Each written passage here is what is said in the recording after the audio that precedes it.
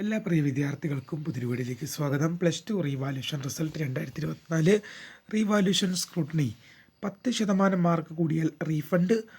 How to check +2 revaluation result 2024 വിശദമായി പരിശോധിക്കാം. വിശദമായ വാർത്തയിലേക്ക് പോകുന്നതിന് മുമ്പായി ആദ്യമായിട്ട് കാണുന്ന വിദ്യാർത്ഥികളുണ്ടെങ്കിൽ തീർച്ചയായും മടിക്കണ്ട, മറക്കണ്ട, സബ്സ്ക്രൈബ് ചെയ്ത് കൂടെ പറയാൻ പ്രത്യേകം ശ്രദ്ധിക്കുക. സബ്സ്ക്രൈബ് ചെയ്തപ്പോൾ നോട്ടിഫിക്കേഷൻ ബെല്ലുകളെ ഓൾ ഓപ്ഷൻ എനേബിൾ ചെയ്യുക. വീഡിയോ യൂസ്ഫുൾ ആയി തോന്നുകയാണെങ്കിൽ മാക്സിമം ലൈക്കും കൂടി ചെയ്യുക, സുഹൃത്തുക്കളിലേക്ക് ഷെയർ ചെയ്തെത്തിക്കുക. അപ്പോൾ നമുക്ക് നേരെ വീഡിയോയിലേക്ക് പോകാം. വീഡിയോയിലേക്ക് പോകുന്നതിന് നമ്മുടെ ചാനലിൽ വീഡിയോ കാണുന്ന 100 വിദ്യാർത്ഥികൾ വീഡിയോ കാണുമ്പോൾ 10 പേർ പോലും ചാനൽ സബ്സ്ക്രൈബ് ചെയ്യുന്നില്ല. പ്രിയ വിദ്യാർത്ഥികളെ അങ്ങനെ ആവരുത്, തീർച്ചയായും സബ്സ്ക്രൈബ് ചെയ്യുക, നോട്ടിഫിക്കേഷൻ ബെല്ലുകളെ ഓൾ ഓപ്ഷൻ എനേബിൾ ചെയ്യുക.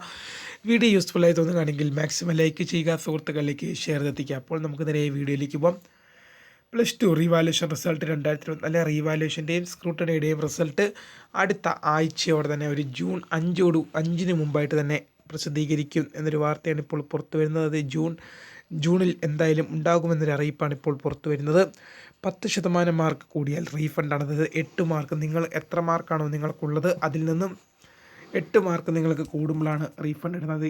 80 മാർക്കിൻ്റെ എക്സാമിൽ 10% എന്ന് പറയുമ്പോൾ 8 മാർക്ക് കൂടുമ്പോൾ, ഇപ്പോൾ ഉദാഹരണത്തിന് നിങ്ങൾക്ക് എന്താണ് 80 മാർക്കിൻ്റെ എക്സാമിൽ നിങ്ങൾക്ക് 40 ഉണ്ട് TE മാർക്കായിട്ട്, ഇത് പബ്ലിക് എക്സാമിൽ. പക്ഷേ ഇത് റീവാല്യൂഷൻ റീവാല്യൂഷൻ ചെയ്തപ്പം 40 TE ഉള്ളപ്പം റീവാല്യൂഷൻ ചെയ്തപ്പോൾ നിങ്ങൾക്ക് 48ആയി. റീവാല്യൂഷൻ റിസൾട്ടിലൂടെ 48ആയി. അപ്പോൾ നിങ്ങൾക്ക് എന്ത് ചെയ്യും? തീർച്ചയായും നിങ്ങൾ അടച്ച പണം നിങ്ങൾക്ക് റീഫണ്ട് ചെയ്യും. അതായത് നിങ്ങൾ നിലവിലുള്ള മാർക്കിനെ കഴിഞ്ഞും 10% കൂടുതൽ ആവശ്യപ്പെടുന്നത്, റീഫണ്ടിന് വേണ്ടി ചോദിക്കുന്നത്. അത് സ്ക്രൂട്ടണിയുടെ അവസ്ഥയിലും അങ്ങനെ തന്നെയാണ്. നിങ്ങൾ എത്ര മാർക്കാണോ നിങ്ങൾക്ക് ഇപ്പോൾ ലഭിച്ചത്, അത് 40 മാർക്ക് നിങ്ങൾക്ക് ലഭിക്കുകയാണെങ്കിൽ, സ്ക്രൂട്ടണിയിൽ നിങ്ങൾക്ക് 48 മാർക്ക് നിങ്ങൾക്ക് ലഭിക്കുകയാണെങ്കിൽ നിങ്ങൾക്ക് ആ പണം റീഫണ്ട് ലഭിക്കുന്നതായിരിക്കും. ഇനി പല വിദ്യാർത്ഥികളും ചോദിക്കുന്ന മറ്റൊരു സംശയമാണ്, മാർക്ക് കുറഞ്ഞു പോയാൽ എന്ത് സംഭവിക്കുന്നു? കുറഞ്ഞു പോയാൽ പ്രശ്നമൊന്നുമില്ല. ജസ്റ്റ് ഒരു റീവാല്യൂഷൻ റിസൾട്ടിന് വേണ്ടി, അതിപ്പം 40 മാർക്ക് ഉള്ള നിങ്ങൾക്ക്, അതായത് ഇംഗ്ലീഷ് എന്ന സബ്ജക്റ്റ് എടുക്കുകയാണെങ്കിൽ 40 മാർക്കുള്ള നിങ്ങൾക്ക് അത് റീവാല്യൂഷൻ റിസൾട്ട് വരുമ്പോൾ ചിലപ്പോൾ 35 ആയേക്കാം. അപ്പോൾ നിങ്ങൾ വിഷമിക്കേണ്ട ആവശ്യമില്ല. കാരണം അത് ജസ്റ്റ് റിസൾട്ടിന് വേണ്ടി മാത്രം ആ 35 എന്ന് അവിടെ കാണിക്കുന്നതേ ഉള്ളൂ. നിങ്ങളുടെ സർട്ടിഫിക്കറ്റിൽ ഒരിക്കലും 35 ഇൻക്ലൂഡ് ചെയ്യില്ല. ഏറ്റവും കൂടിയ മാർക്കായ 40 മാർക്കാണ് സർട്ടിഫിക്കറ്റിൽ ഇൻക്ലൂഡ് ചെയ്യുന്നത്. അതുകൊണ്ട് അതോർത്ത് നിങ്ങൾ വിഷമിക്കേണ്ട ആവശ്യമില്ല. കുറഞ്ഞു പോയാലും നിങ്ങളുടെ കൂടിയ മാർക്കാണ് എപ്പോഴും വരുന്നത്. എപ്പോഴും ബെറ്റർ മാർക്ക് ഏതാണോ അതായിരിക്കും എപ്പോഴും എന്ത് ചെയ്യുക, പരിഗണിക്കുക. അതോർത്ത് വിഷമിക്കേണ്ട ആവശ്യമില്ല.